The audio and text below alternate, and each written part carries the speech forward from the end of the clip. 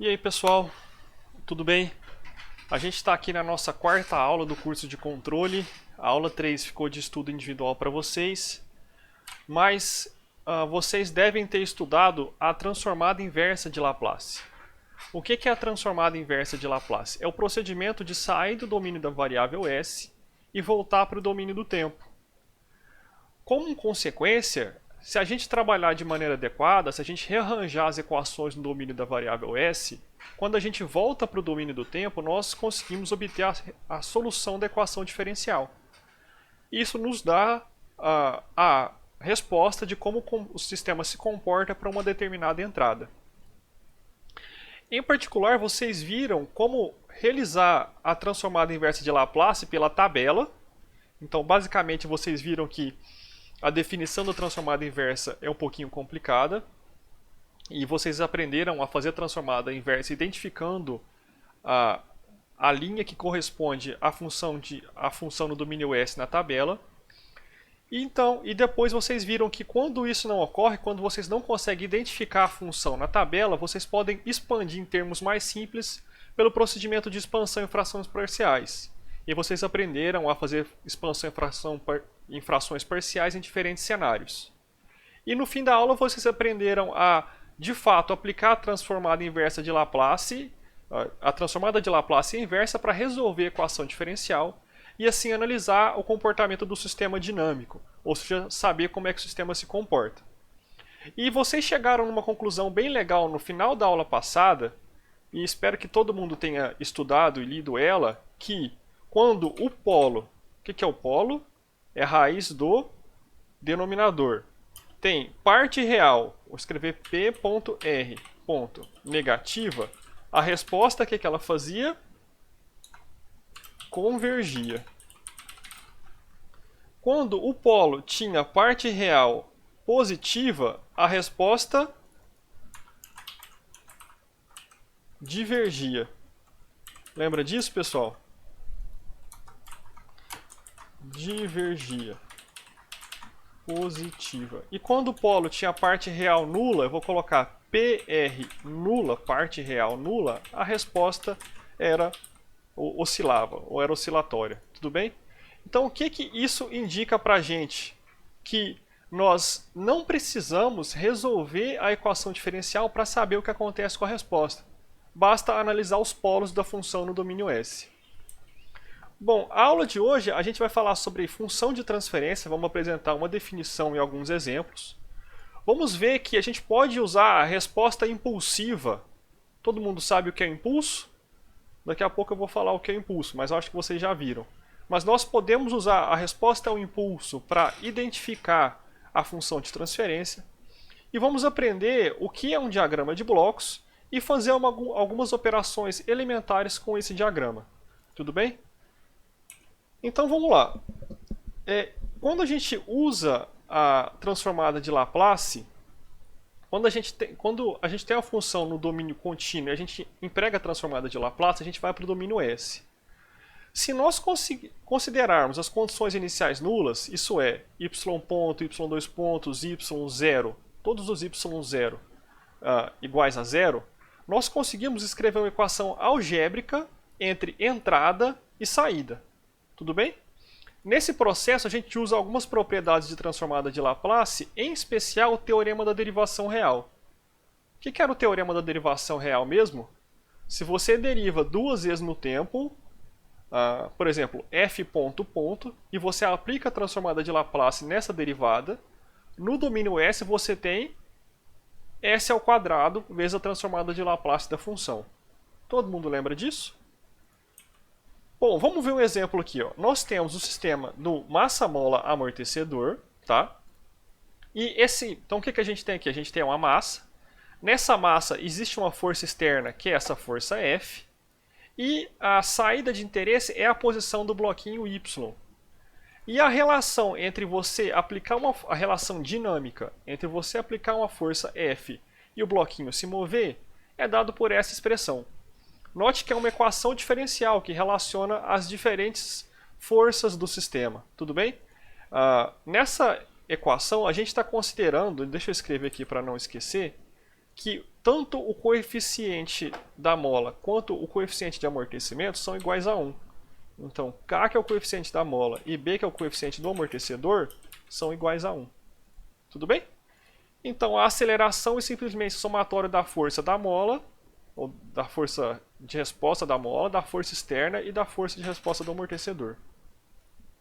O que a gente quer fazer é usar a transformada de Laplace para condições iniciais nulas e obter uma relação entre y, entre a posição y e a força F. Então, esse é o momento que vocês pausam o vídeo e copiam essa expressão aí no papel de vocês, porque eu não vou copiá-la. Tudo bem? Porque eu tenho ela no slide aqui na minha frente. E agora eu vou fazer uma mudança para a lousa. Bom, pessoal, estamos aqui na nossa lousa e eu copiei a expressão da equação diferencial para ficar melhor de ver. O que nós queremos é obter uma expressão algébrica entre y de s e f de s. Note que no domínio do tempo, essa expressão não é algébrica, é uma equação diferencial. Tudo bem? Bom, o que acontece se nós aplicarmos a transformada de Laplace nessa expressão? Segundo o teorema da derivação real, qual que é a transformada de Laplace de y ponto de t? Você tem que saber. Então, a derivada segunda fica s ao quadrado, y de s, menos as condições iniciais, s y de 0, menos y ponto de 0. A transformada de Laplace da função f de t é simplesmente a função f de s. A mesma coisa se aplica à função y de t.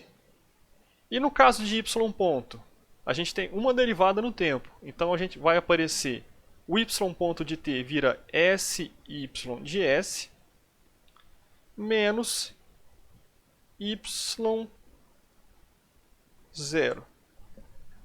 Tudo bem? Só que foi informado que as condições iniciais são nulas. Então y de 0 vale 0, y ponto vale 0 e y também vale 0. Eu posso passar os termos que dependem de y de s para a esquerda e colocar o y de s em evidência, obtendo s ao quadrado mais s mais 1 vezes y de s. Isso é igual a f de s. Passando esse termo dividindo para o lado de lá, nós temos que y de s igual a 1 sobre s ao quadrado mais s mais 1 vezes f de s. Tudo bem, pessoal? Então, a relação que a gente tinha, a equação diferencial do modelo do sistema no domínio do tempo, no domínio da variável complexa s ou no domínio da frequência, a gente tem uma relação algébrica, tá? Então, vamos voltar para a nossa lousa. E a resposta está aqui. Nós vamos chamar, normalmente, a relação entre entrada e saída de G. Então, nós temos que a relação entre y e f é dado pelo polinômio G. Tudo bem? As raízes do numerador... Esse G, a gente chama ele, a função, o polinômio G, né, a função G, nós chamamos essa função de transferência. Tudo bem? E a gente sabe que essa função de transferência traz informações do comportamento da planta sem a necessidade de resolver a equação diferencial. Lembra? Se o polo tiver a parte real negativa, a saída oscila ou diverge? Nenhum dos dois, né? Ela converge. Outra vantagem da função de transferência é a representação por meio de diagrama de blocos. Então nós vamos poder representar um sistema por meio de um diagrama de blocos entre entrada e saída. Por que isso é legal? Porque quando a gente tem um monte de subsistema no mesmo lugar, quando a gente tem um monte de processo interligado, usar diagrama de blocos te permite representar isso de maneira menos complicada e às vezes em reduzir essa interação entre diferentes subsistemas em um único bloco. Como por exemplo a gente tem aqui. Então nesse sistema nós temos uma, duas, três, quatro, cinco funções de transferência. E todas elas estão interconectadas. O que isso quer dizer? Que existe uma interação entre cinco subsistemas dinâmicos, cinco equações diferenciais.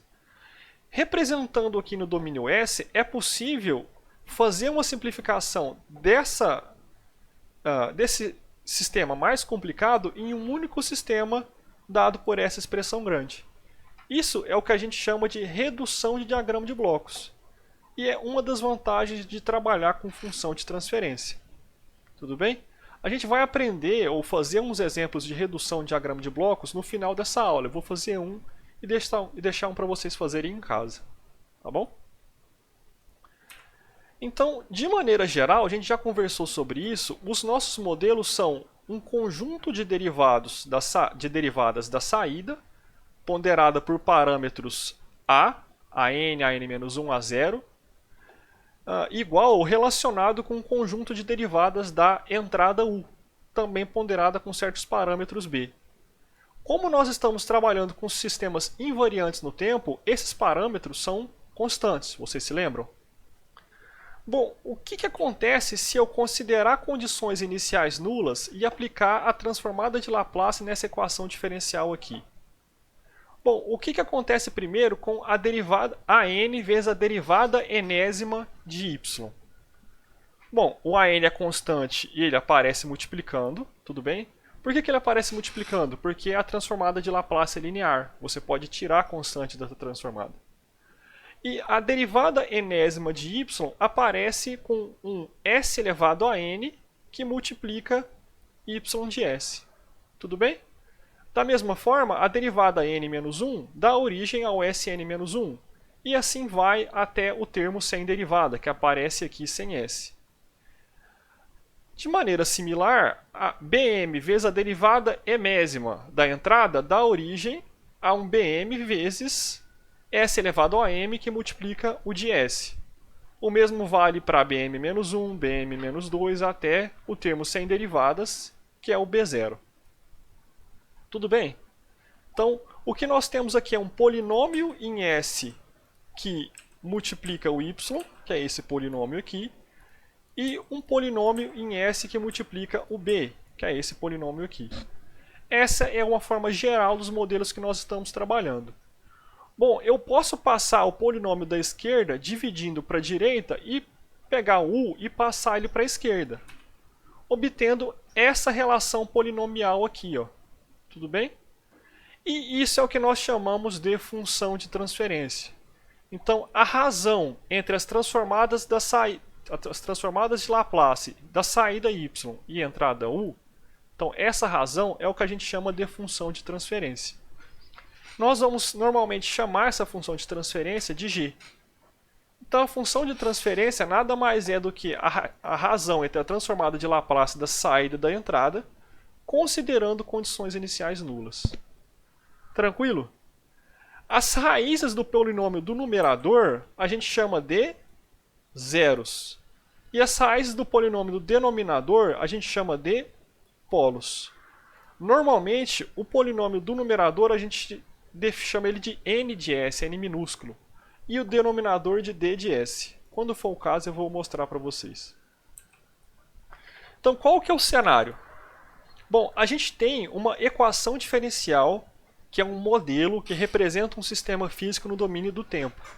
E nós aprendemos que se nós resolvermos essa equação diferencial, nós temos o conhecimento de como se comporta o processo. Para simplificar a conta, como a gente não gosta de ficar trabalhando com equação diferencial, nós aplicamos a transformada de Laplace e caímos no domínio da variável s em equações algébricas, que podem ser rearranjadas em uma razão de transformada de Laplace da saída pela entrada, o que nós chamamos de função de transferência. E nós vamos trabalhar com a análise e o projeto, nessa parte do curso, usando a função de transferência.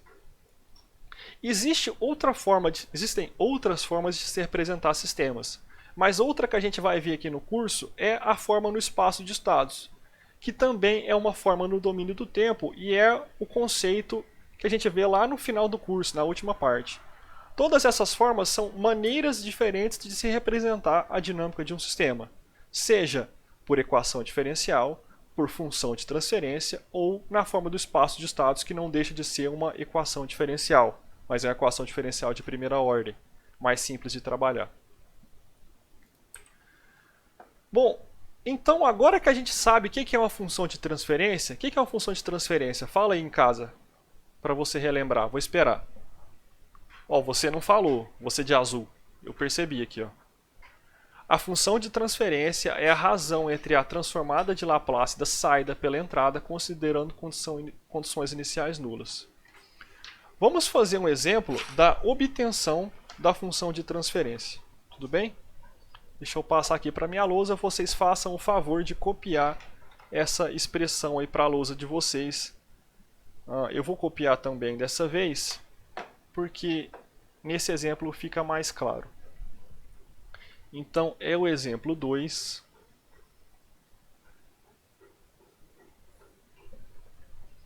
E a gente vai trabalhar com essa equação diferencial aqui, ó, y ponto de t mais 2y de t é igual a u de t. Pessoal, eu vou chamar a atenção uma coisa aqui para vocês, porque a gente não adianta fingir que não está acontecendo. Eu estava muito incomodado com ficar usando uma folha atrás da outra. Então eu peguei umas folhas antigas que eu não uso e estou usando o verso. Então vai ficar com uma impressão meio que visível aqui, tudo bem?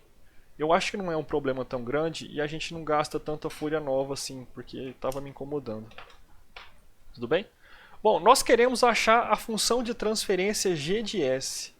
E nós sabemos que a função de transferência g de s ela é definida como a razão entre entre a transformada de Laplace da saída pela transformada de Laplace da entrada. Tudo bem? E nós vamos então, para fazer isso, aplicar a transformada de Laplace nessa expressão aqui. O que acontece quando eu aplico a transformada de Laplace em y ponto de t? A derivada y ponto de t vira s vezes a transformada de Laplace de y, que é y de s, menos a condição inicial, y0, mais duas vezes a transformada de Laplace de y de t, que é y de s, é igual à transformada de Laplace de u de t, que é u de s. Como nós queremos a função de transferência, nós sabemos que a condição inicial é nula.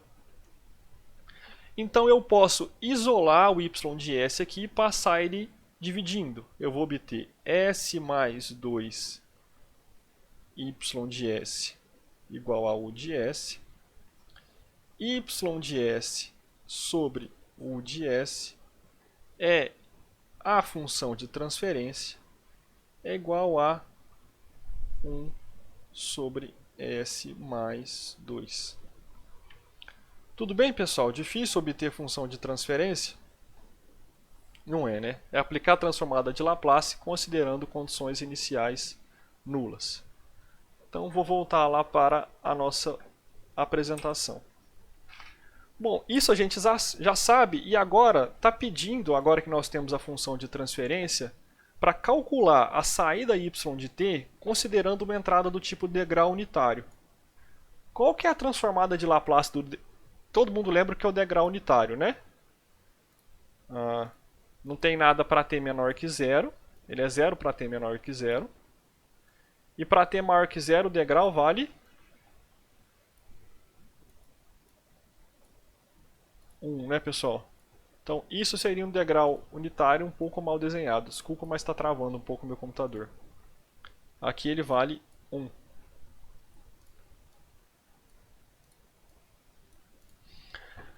E a transformada de Laplace do degrau unitário, nós sabemos que é 1 sobre S. Tudo bem? Vimos isso na revisão e vocês estudaram um pouquinho de transformada em casa. Como é que nós vamos fazer para obter y de t? Bom, nós vamos passar o u de t para a direita multiplicando o inverso e vamos usar a expansão em fração parcial. A expansão em frações parciais. E eu espero que vocês saibam fazer isso, eu vou resolver junto, mas isso era tema do estudo individual de vocês. Tá? Então, agora nós temos que foi dado que u de s é um degrau unitário, é 1 sobre s. E nós queremos calcular o y de s, que vai ser igual a 1 sobre s mais 2, vezes 1 sobre s, que é o degrau. Nós queremos calcular a transformada inversa disso. Essa transformada em particular tem direto na tabela, mas eu vou expandir em frações parciais com vocês, só para exercitar um pouquinho. Só que eu vou fazer um pouco rápido, tá, pessoal? Espero que vocês tenham estudado isso. Então, a gente está pegando essa expressão e expandindo em dois termos, a sobre s e b sobre s mais 2. Como é que a gente faz para calcular o termo a? Bom, nós multiplicamos os dois termos da direita e da esquerda por s, e o que vai sobrar e fazemos s igual a zero. Então, quando eu multiplicar o b sobre s mais 2 vezes s, fica um s no numerador, né? Fica bs sobre s mais 2. Quando eu fizer s igual a zero, esse termo inteiro vale zero. Quando eu multiplicar o a sobre s vezes s, o s do denominador corta com o s do numerador, sobrando a igual a. Quando eu multiplicar aqui por s, o s que aparece no numerador corta com o s do denominador, sobra 1 sobre s mais 2. Para s igual a zero, a gente tem que a igual a meio. E para calcular o b, multiplica por s mais 2 dos dois lados e faz s igual a menos 2. O que vai sobrar é que b igual a menos meio.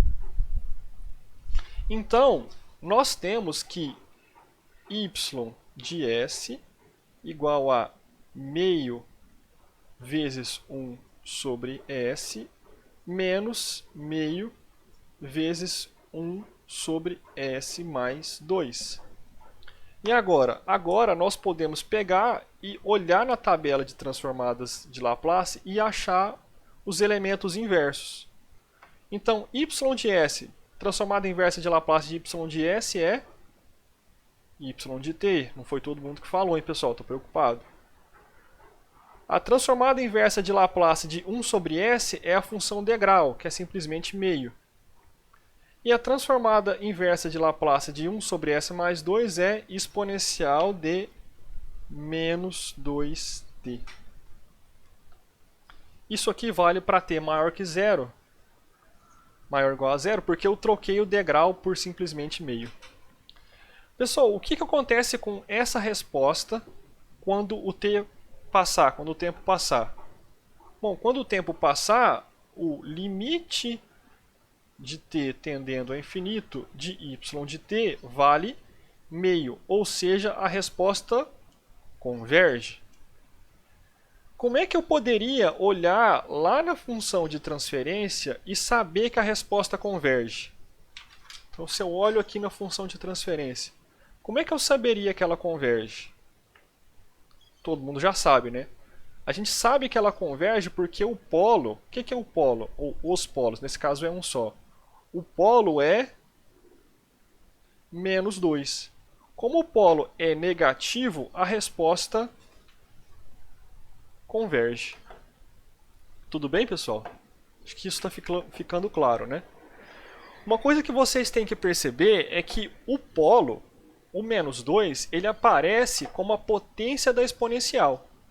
Tudo bem?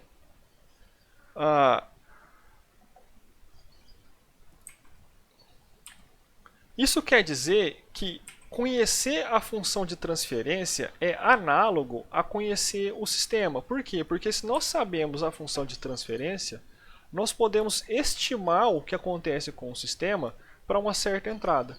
Então, conhecer a função de transferência e conhecer a equação diferencial são coisas similares. E conhecer o sistema são coisas similares.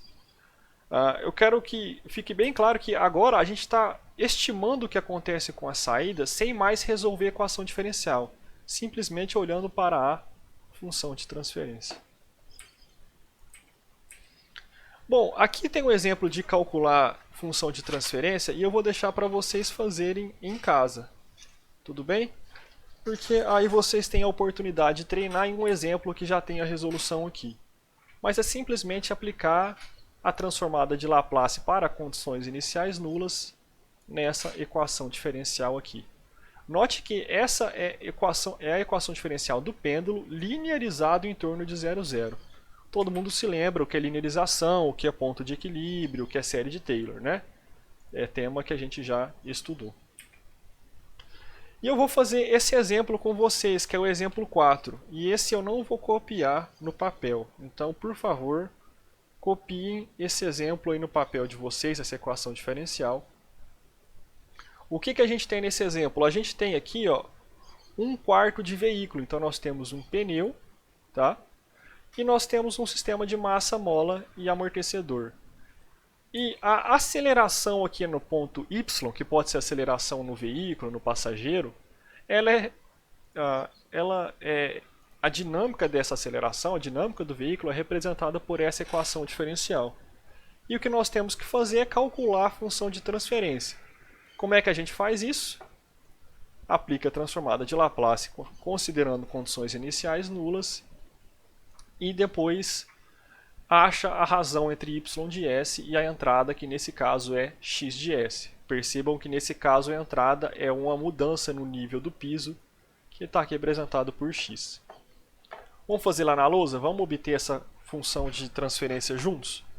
Olha, pessoal, essa aqui eu não vou copiar de verdade, tá? Vou deixar vocês copiarem aí, pausem o vídeo e copiem a equação diferencial para o papel. Bom, o primeiro termo a gente tem que é um my dois pontos de t. Para eu obter a equação diferencial, eu aplico a transformada de Laplace. O m é constante e vira m. O y dois pontos de t vira s ao quadrado, porque é a derivada segunda. Y de s é igual a... Opa, peraí, será que eu esqueci as condições iniciais? Não esqueci, porque no caso da função de transferência a gente supõe que elas são nulas. Bom, tem mais um termo lá que é menos f, que é o coeficiente de amortecimento da mola, que multiplica y ponto, que vai dar origem a sy de s, menos x ponto, que vai dar origem a sx de s. Menos o coeficiente da mola k, vezes a transformada de Laplace de y de t, que é y de s, menos a transformada de Laplace de x de t, que é x de s. Vou passar todos os termos que dependem de y para a esquerda e colocar o y em evidência. Vai ficar ms ao quadrado mais fs mais k, que multiplica y de s. Isso é igual a sf mais k vezes x de s. Portanto, y sobre s sobre x de s, que é a nossa função de transferência desse sistema, é fs mais k, eu só passei a constante para o lado esquerdo do k, sobre ms ao quadrado mais fs mais k. Tudo bem, pessoal? Então, essa é a função de transferência do sistema massa, mola e amortecedor. A resposta está aqui. E o que eu quero mostrar para vocês agora, talvez eu corte o vídeo, talvez não, mas é a simulação desse sistema tanto no Simulink quanto em linhas de código no MATLAB. Então vamos lá. Bom, pessoal, estou aqui no Simulink, né, no MATLAB na verdade, e eu estou mostrando linhas de código porque eu vou mostrar para vocês como simula a resposta ao degrau de um sistema, tanto em linhas de código quanto no Simulink.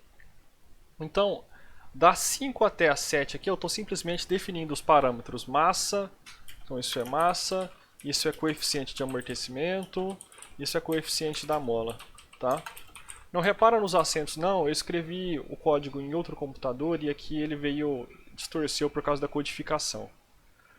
Bom, como é que eu defino uma função de transferência no MATLAB? Bom, uma função de transferência pode ser representada por meio do comando tf, que significa Transfer Function. Então, se eu der um help tf aqui, vai aparecer todo a ajuda dessa função, mas o que a gente precisa saber é isso aqui, ó. TF constrói uma função de transferência, certo? O que a gente tem que passar? A gente passa os coeficientes do numerador e a gente passa também os coeficientes do denominador. Então, lá no nosso sistema, quais eram os coeficientes do numerador? F e K. E quais eram os coeficientes do denominador? M, F e K. Então, lá no MATLAB, o que a gente fez? A gente passou F e K como numerador, o F multiplica o S, o K multiplica o zero, e no denominador a gente passa o M que multiplica o S ao quadrado, o F e o K. Estou definindo uma escala de tempo e estou usando a função step. O que será que a função step faz? A função step calcula a step response of a dynamic system. Quer dizer que ela calcula a resposta ao degrau de um sistema dinâmico. Tudo bem? Então, se eu rodar esse código aqui, eu vou ter a resposta ao degrau. O que essa resposta ao degrau indica? Que quando eu aplico um degrau de força no bloco M, eu vou conseguir esticar ele até um certo momento, depois o bloco vai se deslocar para trás e esse movimento vai ser um pouco oscilatório, ele vai amortecer. Note que a força não para de ser aplicada, senão o bloco retornaria para a posição inicial. O degrau de força, ele é uma força contínua. O que eu estou querendo dizer? Que o degrau de força não tinha nada de força e depois foi aplicado 1 newton, certo? Depois do tempo zero. Isso é a função degrau. Tudo bem? Então nós sabemos que o bloquinho oscila e para em um lugar. Ah, professor, mas eu prefiro prefiro simular em diagrama de blocos, eu não gosto muito de programar, gosto de programar graficamente. Bom, aqui no Simulink também é possível simular um diagrama de blocos, tá? Como é que a gente faz isso? Aqui a gente vai ter que usar um bloquinho aqui na parte contínua que se chama Transfer Function. A gente clica, arrasta ele e esse bloquinho ele aceita os coeficientes do numerador e os coeficientes do denominador, assim como a função Transfer Function lá do diagrama de bloco, da linha de código. E para simular a entrada degrau, nós viemos aqui em fontes, em sources, e aqui tem uma entrada do tipo degrau, step. Tá? Então basicamente eu coloquei esses bloquinhos e substituí os parâmetros lá na função de transferência. E o osciloscópio, o scope para ver o sinal, você pode encontrar aqui em sinks. Tudo bem? E em programação, pessoal, vocês têm que treinar, vai treinando simular os sistemas na casa de vocês e vocês vão aprendendo a usar essa ferramenta poderosa que é o MATLAB. Tudo bem? Então nós vimos o que acontece quando é aplicado um degrau não de força, mas um degrau de X, que é um solavanco. Eu estava falando força, mas é um degrau. É porque o massa-mola, amortecedor, que é o bloquinho de lado, ele pode ser interpretado como carro na posição vertical, mas no nosso caso a entrada não era força, e sim um solavanco de posição inferior, mas todas aquelas conclusões se aplicam. Tudo bem? De novo, o veículo está andando, existe um desnível abrupto, que é uma função degrau no piso. O que vai acontecer com a saída Y? Ela vai oscilar. Então o carro vai balançar, você vai ficar chacoalhando e depois você vai parar de chacoalhar. Tudo bem? É isso que esse gráfico mostra pra gente, né? A gente balançando. Tudo bem, pessoal? Bom, vamos adiante. Bom, nós já conversamos disso algumas vezes. As raízes do numerador, a gente chama de zeros. Quais são as raízes do numerador dessa função de transferência? As raízes do numerador, você faz o numerador igual a zero. Então, S mais 2 igual a zero, S igual a menos 2. Quais são as raízes do denominador dessa função de transferência? S mais 5 igual a zero, a raiz é menos 5. Se a raiz é menos 5, nós temos um polo em menos 5, porque polos são as raízes do denominador. Tudo bem? Se essa raiz é negativa, a resposta ao degrau converge ou diverge? Converge, né, pessoal? Bom, aqui no plano complexo, o que é o plano complexo? Um plano é composto por valores imaginários de S e valores reais de S. Nós representamos os zeros por bolinhas. Então, o 0 em menos 2 está representado por uma bolinha em menos 2. E o 5 é representado, o polo, né, o menos 5, ele é representado por cruz. Então, polos são representados por cruzinhas. Tudo bem? Nós vamos adotar esse padrão ao longo do curso. No plano complexo, zeros são bolinhas e polos são xizinhos. Nós vamos usar essas ideias mais para frente. Bom, se eu tenho esse sistema S mais 2 e S mais 5 e eu aplico uma entrada do tipo degrau, como é que a gente pode calcular a função y de t? Isso foi tema da aula passada, já reforcei isso. Nós usamos a tabela. Se a transformada não tem direto na tabela, nós fazemos esse procedimento aqui. Ó. Como é que chama esse procedimento mesmo, pessoal? É o procedimento de expansão em frações parciais, que foi tema do estudo individual de vocês. Só para relembrar, multiplica pelos dois lados pelo denominador, no caso aqui por S, e faz S igual a 0. Então olha lá, multipliquei dos dois lados por S e fiz S igual a 0, o A deu 0,4. Multipliquei dos dois lados por S mais 0,5 e fiz S igual a menos 5, que é a raiz do denominador, o B deu 0,6. Esses dois termos aqui, eles têm na tabela. Se vocês olharem lá, você consegue ver que a transformada inversa de Laplace de 0,4 sobre S é simplesmente 0,4. Da mesma forma, a transformada inversa de Laplace de 0,6 sobre S mais 5 é 0,6 sobre ou vezes exponencial de menos 5t. De novo, já reforcei isso algumas vezes. O polo, que é a raiz do denominador, é a potência da exponencial no domínio do tempo. Essa resposta do sistema, que dá origem ao polo do sistema, a gente chama de resposta natural, porque ela é natural do sistema físico. Se o polo tem parte real negativa, essa resposta converge. Se ele tem parte real positiva, essa resposta diverge, ela vai para mais ou menos infinito. E se o polo tem parte real nula, essa resposta fica oscilando de acordo com uma função trigonométrica. O polo na origem, que é a entrada do sistema, ele veio do degrau unitário, ele dá origem à resposta forçada. Por que resposta forçada? Porque está relacionada com a entrada da planta. Então, a ideia é, o polo da entrada está relacionado com a forma da resposta forçada, que é a resposta que você impôs no sistema. O polo, ou os polos da função de transferência, estão relacionados com a convergência da resposta natural. Negativo converge, positivo diverge e polo nulo oscila.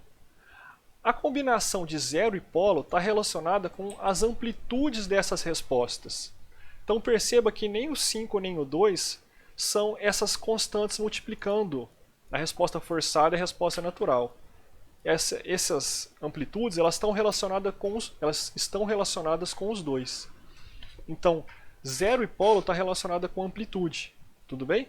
Que está associado com velocidade de convergência. Então, o polo da sinal de entrada está relacionado com a forma da resposta forçada. Os polos da função de transferência estão relacionados com a convergência ou não da resposta natural. E os zeros e polos estão relacionados com as amplitudes de todas as respostas. Bom, isso mostra para a gente que a partir da função de transferência, nós conseguimos saber o que acontece com o sistema àquela determinada entrada, ou a diferentes entradas, e a parte interessante é sem a necessidade de resolver a equação diferencial, simplesmente olhando para a localização de zero e polo, tudo bem? Por isso é mais fácil trabalhar no domínio da variável S, porque nós não precisamos resolver a equação diferencial.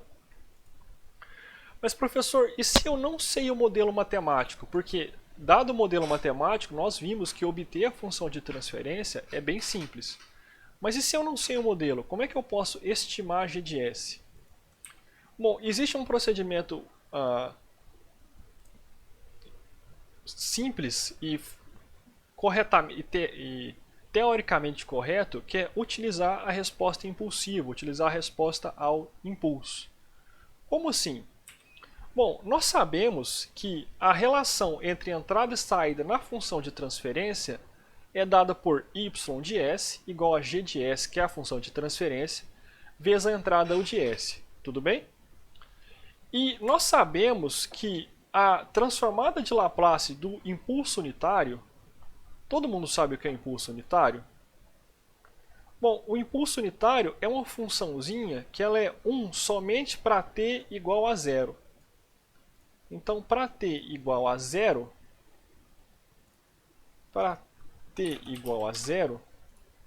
o impulso unitário vale 1. Então, isso aqui é um impulso unitário. Tá? Então, para a função impulso unitário, a transformada de Laplace é 1. Vocês podem conferir isso na tabela de transformadas de Laplace ou aplicando a definição. Bom, se a transformada de Laplace do impulso unitário é 1, e y de s igual a g de s u de s, quer dizer que y de s é igual a g de s. O que eu estou querendo dizer? Que se a gente aplicar a transformada inversa de Laplace se a gente aplicar a transformada inversa de Laplace em g de s, nós caímos na resposta ao impulso. Da forma contrária, se nós temos a função g de t, que é a resposta ao impulso, e aplicamos a transformada de Laplace, nós temos a função de transferência. A função de transferência é matematicamente igual à transformada de Laplace da resposta ao impulso. Temos, portanto, uma forma de identificar a função de transferência. Nós pegamos o sistema, sei lá, um massa-mola amortecedor, e aplicamos um impulso unitário. E vemos lá a resposta da planta.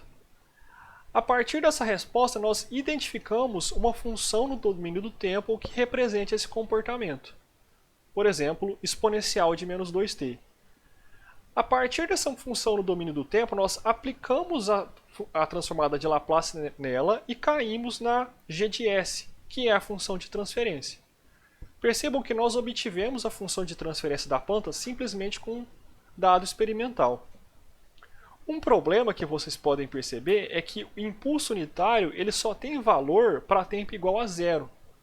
Então, nós teríamos que aplicar simplesmente um pulso de duração infinitesimalmente pequena, porque ele só tem valor para tempo igual a 0. Ou seja, na prática é muito difícil você aplicar um sinal desse tipo na entrada da sua planta. O que nós podemos fazer? Nós podemos aplicar um pulso de curta duração. Então nós damos aqui um pulso de curta duração, certo? Uma duração quão curta a gente conseguir. E a resposta a esse pulso de curta duração pode ser interpretada como a resposta ao impulso. Tudo bem? Deu para entender o procedimento de obter a função de transferência? Aplica um impulso, identifica uma função no domínio do tempo que explica aquele comportamento que você observou. A transformada de Laplace desse comportamento é a resposta impulsiva. Então deixa eu abrir aqui o MATLAB, vou parar a gravação. Bom pessoal, estou aqui com o MATLAB aberto, estou aplicando na planta uma somatória de 2 pulsos, então eu somo um pulso, certo? E eu subtraio um pulso, por quê? Porque isso vai gerar um impulso, então no tempo 0.1 eu aplico um pulso de duração 100. E no tempo 0.11 eu aplico um pulso de duração 100, só que eles são subtraídos. Isso vai me dar um impulso de duração 0.01. E eu estou medindo aqui a saída do impulso e estou usando esse bloquinho SIM_OUT para mandar o dado para o workspace. Tudo bem? E eu vou simular aqui a dinâmica da planta. Então primeiro vamos ver a entrada do processo. Então olha lá. Vocês conseguem perceber primeiro que a somatória, somar e subtrair um pulso de mesma amplitude, me deu origem a um impulso, certo? Um pulso de curta duração.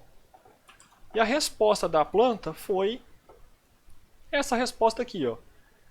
Chegou o pulso, ela subiu o valor e decaiu dessa forma que parece muito ser uma exponencial. Tudo bem, então eu fiz isso lá no meu sistema, tá? Isso está simulando um sistema físico, eu apliquei essa entrada no meu sistema físico. Como é que eu vou fazer para pegar essa resposta e identificar uma função no tempo? Bom, eu vim aqui no Workspace e vou usar o comando fit. O que o comando fit faz?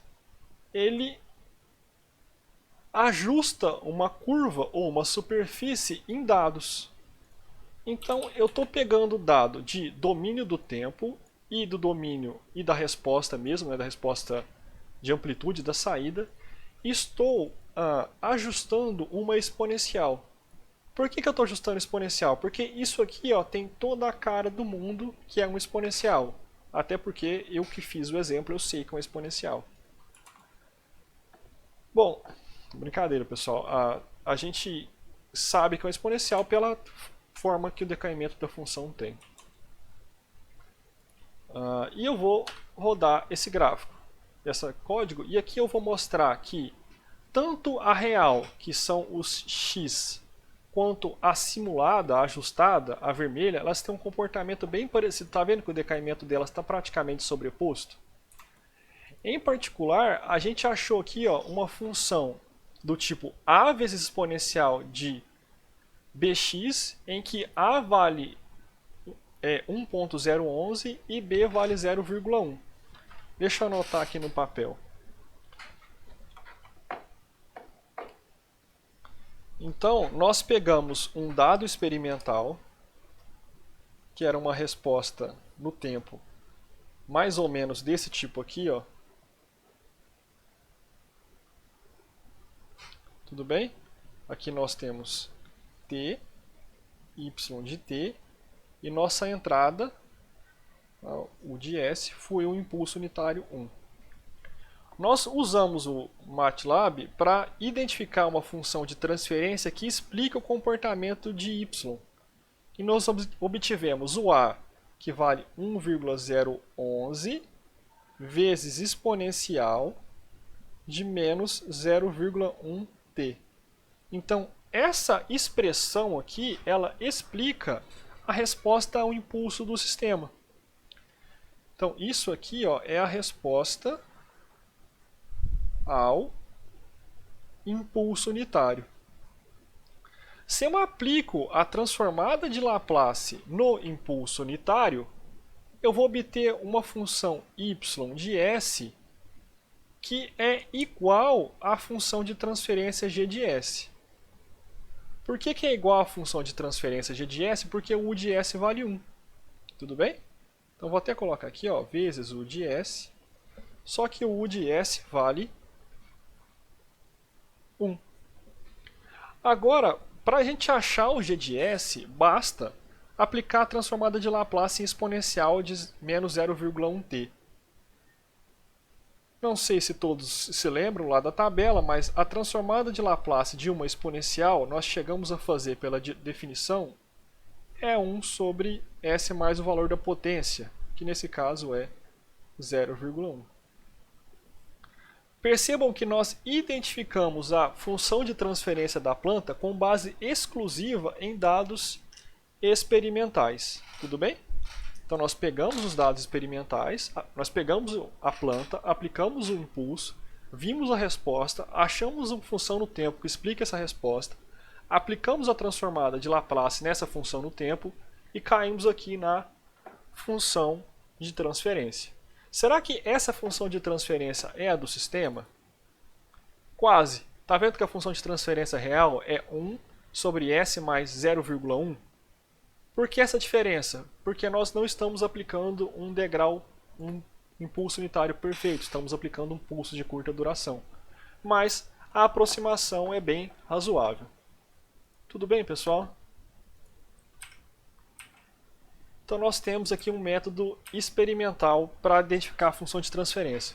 Professor, é um método muito usado? Bom, não. Dois motivos. Primeiro, que nem sempre é tão simples você achar a curva que explica essa resposta que você observou. Pode ser uma curva oscilatória, que apresenta harmônica, pode ser uma curva distorcida, e achar essa função que explica a resposta impulsiva, em alguns casos, pode não ser muito boa. Outra coisa é que, normalmente, quando a gente está identificando um sistema, a gente usa sinais que a gente chama de mais excitantes. Sinais que realmente fazem a planta se mexer. Pode ser que um pulso de curta duração nem faça seu sistema se mexer direito. Eu lembro muito bem disso que quando eu fiz uma matéria na pós-graduação que envolvia identificação de sistemas, eu perguntei para o professor na época, eu falei, professor, por que a gente não pode aplicar simplesmente um impulso na planta e identificar? Por que a gente está estudando esse tanto de sinal diferente para fazer a identificação? Porque o tópico que nós estávamos estudando era justamente tipos de sinais para identificação de sistema. E ele fez uma analogia que eu acho que é muito boa, por isso que eu estou contando essa história. Se você senta do lado de alguém e você vira para a pessoa e pergunta assim, oi, tudo bem? E a pessoa te responde tudo. Você conhece essa pessoa? Não conhece. Você precisa tirar mais informação dela. A mesma coisa é um sistema. Embora matematicamente seja correta, é mais comum, na prática, você ver a identificação usando sinais mais excitantes, sinais que possuem uma capacidade de mostrar diferentes características do seu sistema. Por exemplo, sinais senoidais, um sinal pseudo-binário aleatório, pseudo-random binary signal, que é uma sequência de pulsos de curta duração aleatória, ou um sinal ruído branco, um ruído mesmo, certo? Por que um ruído? Porque o ruído tem potência em todas as frequências, um ruído branco, né? Embora não seja um método muito usado na prática, é um método matematicamente correto, e é por isso que a gente estuda ele e pode ser aplicado em determinados cenários, como foi esse exemplo que a gente viu. Bom, tudo bem. Então agora nós sabemos obter a função de transferência a partir da equação diferencial e a partir da resposta impulsiva. Uma das grandes vantagens de se trabalhar com função de transferência, como eu já disse, é a possibilidade de se trabalhar com diagrama de blocos. Isso é, diagramas que mostram a relação entre os sinais do seu sistema. O diagrama mais elementar é esse aqui, ó, o diagrama entre o sinal de entrada de um sistema U e o sinal de entrada e o sinal de saída do sistema, que a gente normalmente chama de Y. Quando for sinal, normalmente vai estar de fora, perto da seta aqui, ó, a nomenclatura. Então, aqui perto da seta está informando para você, olha, nesse sistema entra U e sai Y. E como G é a função de transferência, nós sabemos que o sinal Y é G vezes U. Então esse diagrama representa que nesse sistema entra U e sai Y. E Y é igual a G vezes U. Tudo bem? Isso vale no domínio da variável S. No domínio do tempo, a relação entre entrada e saída é um pouquinho mais complicada. Tem a ver com integral de convolução, então é uma coisa mais complicada. E é por isso que nós trabalhamos aqui no domínio da variável S. Porque a relação entrada e saída do diagrama de blocos é simplesmente a multiplicação. Então, essa ilustração está mostrando para a gente que o sinal de saída Y é igual à função de transferência G vezes o sinal U. Beleza? Então, esse aqui é o que a gente chama um elemento básico de diagrama de blocos. Entra U e sai Y. No que se segue, a gente vai aprender alguns elementos básicos de diagrama de blocos e aprender a trabalhar com eles. Vocês vão ver que normalmente eu costumei fazer a simplificação e trabalhar com diagrama de blocos no braço mesmo, usando as relações algébricas entre sinais de entrada e saída. Para quem gosta de regrinha, dá uma olhada no livro do Ogata, por exemplo, lá tem uma tabelinha que te ajuda a reduzir diagrama de blocos, tem umas regras meio prontas. Eu particularmente não gosto, e eu ensino do jeito que eu faço normalmente no braço. Mas quem gosta de regra, dá uma olhadinha na literatura, existem além dos diagramas de blocos elementares que a gente vai ver, existem regras de relações de igualdade entre diagramas de blocos. Tá? Mas vamos ver alguns elementos básicos. Bom, o que a gente chama de detector de erros ou ponto de soma. É um elemento básico de diagrama de blocos. O que a gente tem aqui? Ó? Somador, como a gente viu na aula de simulação de sistemas, normalmente a gente soma ou subtração, nós representamos por uma bolinha. Então o que está chegando nesse somador? Está chegando o sinal R positivamente e está chegando o sinal Y negativamente. Então o sinal E que está saindo aqui, ó, ele é a subtração entre R e Y. Então o sinal E que está aqui fora da seta é igual a R menos Y. Tudo bem, pessoal? Chega no somador R, chega no somador menos Y, sai erro que é igual a R menos Y. Tá bom? O que lembra esse somador aqui, onde a gente usa ele mesmo? Na realimentação. Lembra disso? Produto entre dois sinais. Como vocês viram, a gente costuma representar o produto por meio desse quadradinho aqui. Então, entra nesse quadrado o sinal R, entra nesse quadrado o sinal Y, e a saída, o sinal E, é o produto entre R e Y. Tudo bem? Tranquilo, né? Vimos três blocos. O bloquinho função de transferência. Entra G, multiplica-se pela função de transferência. Entra U, multiplica-se pela função de transferência G, e a saída é Y igual a G vezes U. Vimos o somador. Nesse caso, o Y é negativo, mais R menos Y sai R menos Y. E vimos o produto, que nesse caso é R vezes Y e é igual a R vezes Y. Bom, usando a função de transferência, nós podemos simplificar a interação entre diferentes subsistemas. Então imagine um sistema grande que é composto pela interação entre três subsistemas, três equações diferenciais, certo? Então três sistemas, um conectados no outro, um conectado ao outro, um ligado ao outro. A gente pode, então, qual que é a relação? Vamos olhar aqui só para esse primeiro subsistema. Nesse caso, entra a nossa variável controlada U, existe uma certa dinâmica G1, e a saída a gente chamou de X1, que é igual a G1 vezes U. Tudo bem, pessoal? Então, a saída desse primeiro subsistema é a multiplicação de G1 vezes U. O X1 entra no bloquinho G2, na função de transferência G2, ele excita o segundo subsistema e gera o sinal X2. Então, X2 é G2 vezes X1, que é igual a G2 vezes G1 vezes U. Finalmente, a saída Y ela tem relação com o sinal x2. Então, entra x2, é multiplicado por g3 e sai y. Então, y é g3 vezes g2 vezes g1 vezes a entrada u. Então, nós podemos representar todos esses blocos por meio de um único bloco, dado por g3 vezes g2 vezes g1. Ou seja, nós pegamos a interação entre três subsistemas e representamos por um único subsistema. Por um único sistema. Tudo bem? Bom, da mesma forma existe a associação em paralelo. Nesse caso, o U entra concomitantemente em três sistemas paralelos, o G1, G2 e G3. Do G1 sai X1, que é G1U. Do G2 sai G2U. E do sistema G3 sai X3, que é G3U. E a saída Y é G1 U mais G2U mais G3U, eu posso colocar o U em evidência, caindo nessa expressão. Então, esses três subsistemas em paralelos podem ser representados por um único subsistema dado por G1 mais G2 mais G3. Conseguiram enxergar que usar o diagrama de blocos te permite representar de maneira simplificada a interação entre diferentes subsistemas, tá?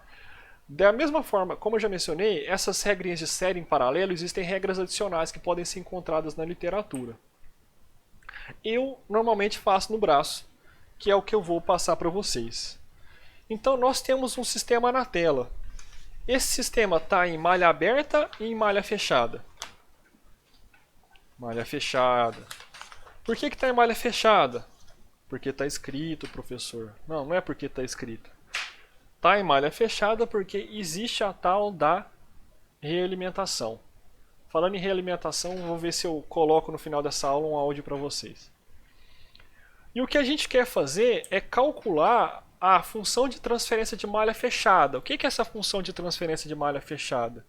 É a função de transferência entre o R, que é a referência, e o Y, que é a saída. Então nós queremos achar essa razão aqui. Tudo bem?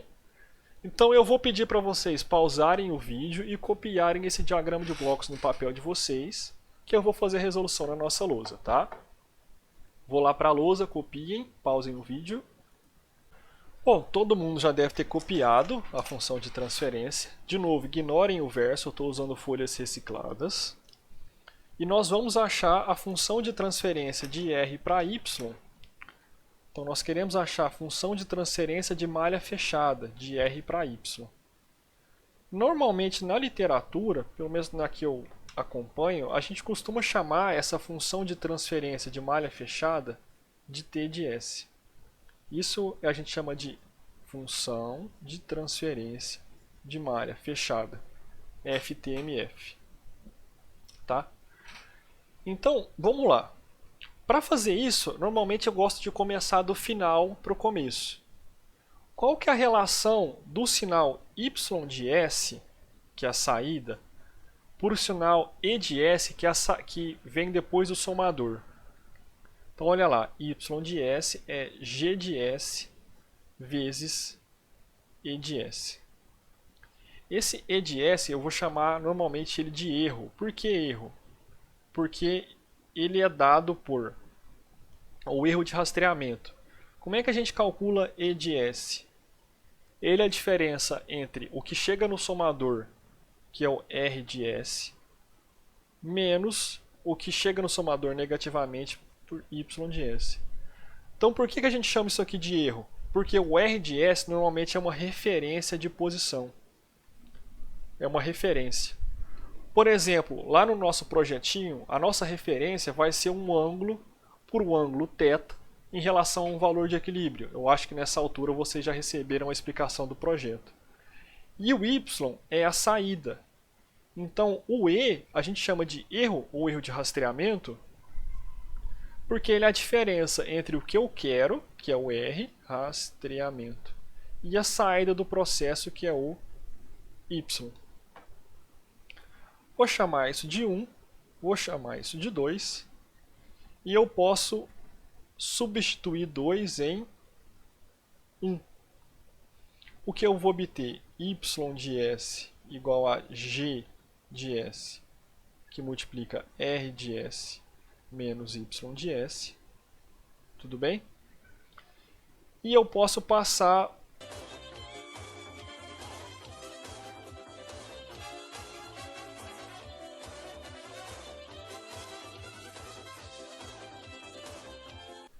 Bom, pessoal, deu problema no vídeo, mas eu estou aqui no meio da resolução, certo? E eu estava falando que eu posso passar os termos que dependem de Y de S para a esquerda, deixando os termos que dependem de R de S na direita. E na sequência eu posso isolar o Y de S e encontrar a nossa função de transferência, que vai ficar T de S, que é igual a Y de S sobre R de S, é igual a G de S sobre 1 mais G de S. Tudo bem? Agora eu quero chamar a atenção para vocês de um fato interessante. Imagina comigo que o G de S ele é sempre um numerador de S sobre um denominador de S, certo? É sempre um polinômio. Então, eu vou pegar essa expressão do G e substituir lá na função de transferência de malha fechada. Então, eu vou pegar o 4 e jogar lá no 3. Então, eu vou ficar aqui T de S é igual a G de S. Quem que é o G de S? É o numerador da função de transferência de malha aberta sobre o denominador da função de transferência de malha aberta, que é o D de S. Sobre 1 mais o numerador da função de transferência de malha aberta sobre o denominador da função de transferência de malha aberta, D de S. Vou multiplicar em cima e embaixo por d de s. Então, o que aparece? Em cima vai ficar n de s, e embaixo, no lugar do 1, vai aparecer d de s mais n de s. O que isso mostra para a gente, pessoal? Que usar a realimentação, nesse caso, não alterou o polinômio do numerador. Portanto, nós temos zeros iguais. Então, nesse caso, o polinômio do numerador de malha fechada, da função de transferência de malha fechada, ele é igual ao polinômio do denominador de malha aberta, os zeros são iguais. Só que o polinômio da função de transferência de malha fechada, ele é n de s mais d de s. No caso, e a malha aberta era simplesmente d de s. Então, nós temos aqui polos diferentes. Tudo bem? Ou seja, o que eu estou querendo dizer para vocês? Que usar a realimentação, nesse exemplo, conseguiu, ou simplesmente usar a realimentação, permitiu alterar os polos do sistema, porque nós temos um polinômio do denominador diferente. Então, usar a realimentação permite mudar o polinômio do denominador. Mudando o polinômio do denominador, nós podemos mudar os polos. Mudando os polos, nós podemos mudar a convergência da resposta. Muito bem. Vamos voltar lá para a aula. Certo? Então, voltando aqui para a aula, nós temos aqui o exercício e a resposta com esse comentário, que os polos de malha fechada estão raízes desse novo polinômio. Ou seja, usar a realimentação permitiu alterar os polos de malha fechada. Bom, pessoal, eu tenho um exemplo aqui de função de transferência de malha fechada, mas é uma função de transferência de malha fechada um pouquinho diferente. Por quê? Porque aqui, ó, na função de transferência anterior, a gente só tinha a função de transferência da planta, por exemplo, do seu sistema físico. Vamos pensar na dinâmica de aeronave, vamos pensar que a gente só tem a relação entre ângulo de ataque e profundor. Nessa função de transferência, nós temos a função de transferência da planta, então ela continua lá, a função de transferência do avião. Nós também temos uma função de transferência que eu chamei de m de s, que é a função de transferência do atuador. Como assim? Pode ser está representando a função de transferência da superfície de comando do atuador, do profundor. Ou seja, quando você manda um comando para ela, o tempo de resposta que ela tem até chegar à nova posição. Existe também a função de transferência do controlador, ou seja, controladores são equações diferenciais, que podem ser diferenciais, que também podem ser representados no domínio S por uma função de transferência. E também tem aqui a função de transferência do sensor. Como assim do sensor? Porque o sensor também tem um tempo de resposta, também tem dinâmica. E é isso que esse H de S está representando. E eu vou deixar como trabalho para vocês achar a função de transferência do sistema completo. Isso é, achar a relação entre y de S e r de S. É um exemplinho, a resposta está aqui, vocês têm que obter isso. Se vocês não conseguirem, por favor, me avisem. Tá? O que eu gostaria de chamar a atenção, note que o controlador, que é o que a gente projeta, aparece no numerador e no denominador. Ou seja, mexendo no controlador, vamos poder alterar tanto polos quanto zeros. Nós podemos caracterizar a resposta do sistema. Bom, a gente viu então que nós podemos, com o devido procedimento algébrico, usar a representação de diagrama de blocos para transformar ou para representar sistemas de forma mais simples. Isso é o que a gente chama de procedimentos de redução. Então eu vou fazer um exemplo de redução aqui para vocês, e que nesse exemplo é achar a função de transferência de malha fechada do sinal que entra aqui no sistema R para Y. E vou mostrar que esse tipo de redução pode ser feito simplesmente com procedimento algébrico que eu consigo usar. De novo, tem gente que prefere um pouco de regras, né? Regras para redução. Tive um aluno no semestre, há 2 semestres atrás, que gostava muito desse tipo de regrinha. Então quem gosta de regras, dá uma olhada na literatura que lá tem as regrinhas. Ah, quando você tem blocos associados dessa maneira, a função de transferência equivalente é tal. Eu não gosto, porque eu não gosto de ficar decorando regrinhas. Então eu prefiro fazer algebricamente na mão, que é o procedimento que a gente vai fazer. Então nosso trabalho aqui nesse exemplo é reduzir diagrama de blocos. O que é isso? É representar todos esses subsistemas como um único bloco entre R e Y. Tudo bem? Vamos fazer isso aqui na nossa lousa? Esse é o exemplo 5. Bom, pessoal, eu parei o vídeo aqui um pouquinho para copiar o diagrama de blocos para vocês. Então, o que a gente quer fazer é encontrar a função de transferência t de s, que é a relação entre a transformada de Laplace do sinal de saída y e do sinal de entrada ou referência r de s. Tá? Então, eu já falei que existem diferentes regrinhas para fazer essa redução. Eu normalmente faço na mão mesmo. E eu recomendo sempre começar da direita para a esquerda, para você ir eliminando as variáveis. E vocês têm duas variáveis auxiliares aqui, ó, b e a, que eu coloquei somente para ajudar a gente. No final, nós podemos ficar só com dois sinais, R e Y, e os bloquinhos das operações que estão em cinza. Em vermelho estão os sinais. Tá? Então eu vou usar esses sinais auxiliares B, mas no final vai sobrar só R e Y. Bom, minha sugestão, começa da direita para a esquerda, da saída para a entrada. Qual que é a relação entre o sinal Y de S e o sinal B de S? Simplesmente a função de transferência 1 sobre S. Tudo bem? Até aí tranquilo. Qual que é a relação entre esse sinal B e o sinal A?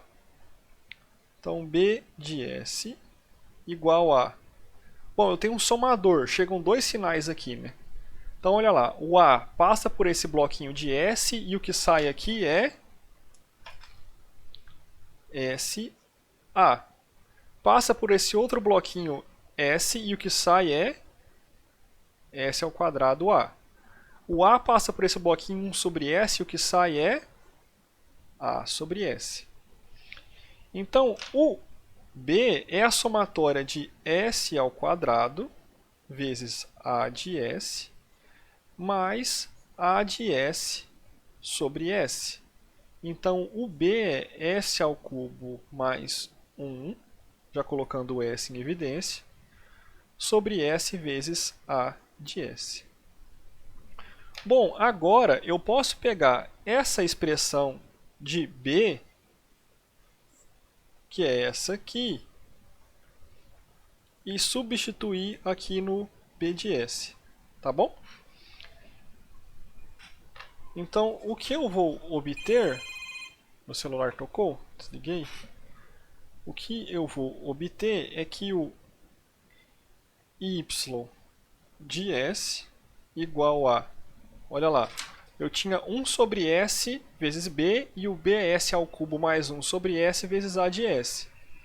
Então, o B é, o Y vale S ao cubo mais 1 sobre S ao quadrado vezes A de S. Só que eu consigo relacionar A de S com três sinais. De um lado chega o B, realimentado aqui negativamente. Do outro lado chega o R, positivo. E do outro lado chega o Y, que passa por um bloquinho S. Então chega SY.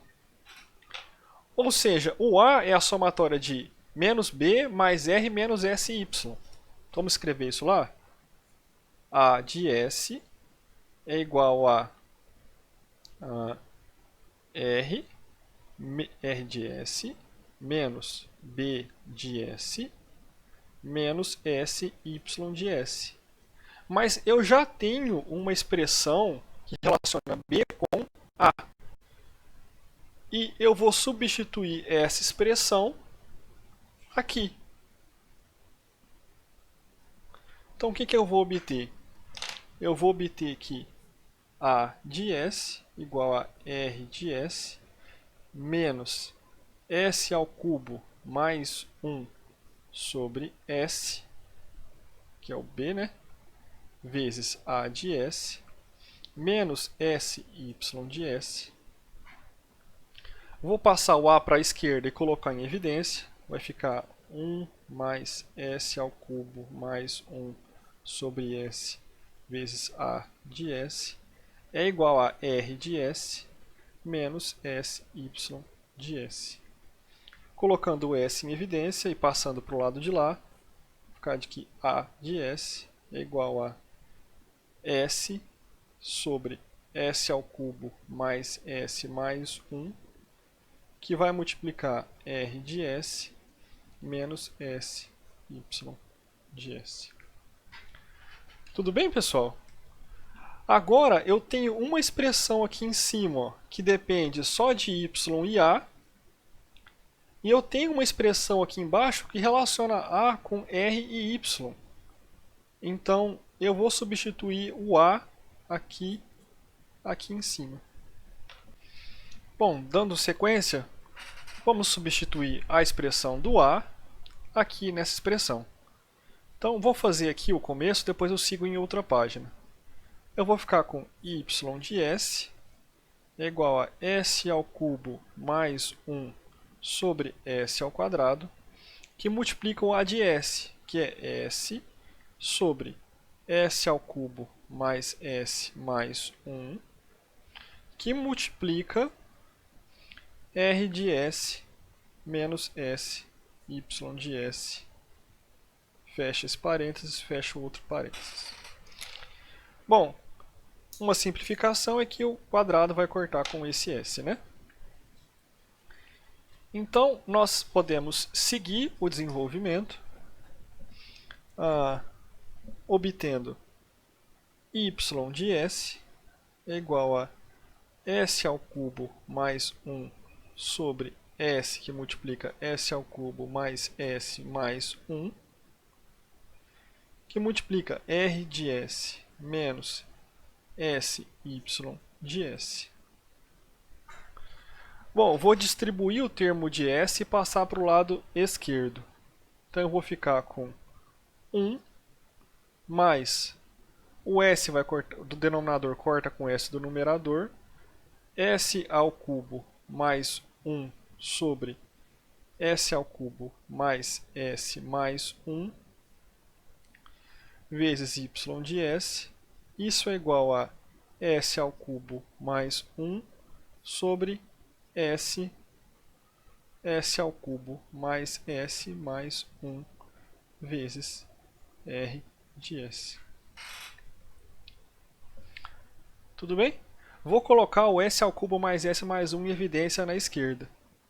Então vou ficar com S ao cubo mais S mais 1, S ao cubo mais S mais 1, mais S ao cubo mais 1, vezes Y de S, é igual a S ao cubo mais 1 sobre S vezes S ao cubo mais S mais 1 vezes R de S. Bom, esse termo S ao cubo mais S mais 1 repete nos dois denominadores, eu posso cortá-lo. Aqui ó, eu posso unir os termos iguais.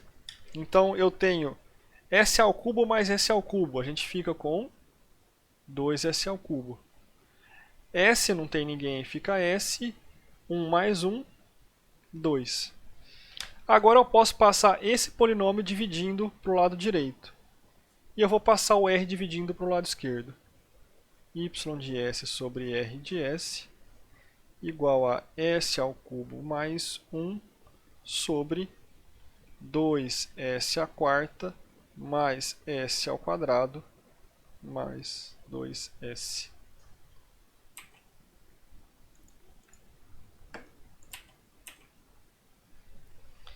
E nós temos, ainda bem que eu acertei, não queria ter que fazer de novo, a função de transferência de malha fechada de R e Y de S.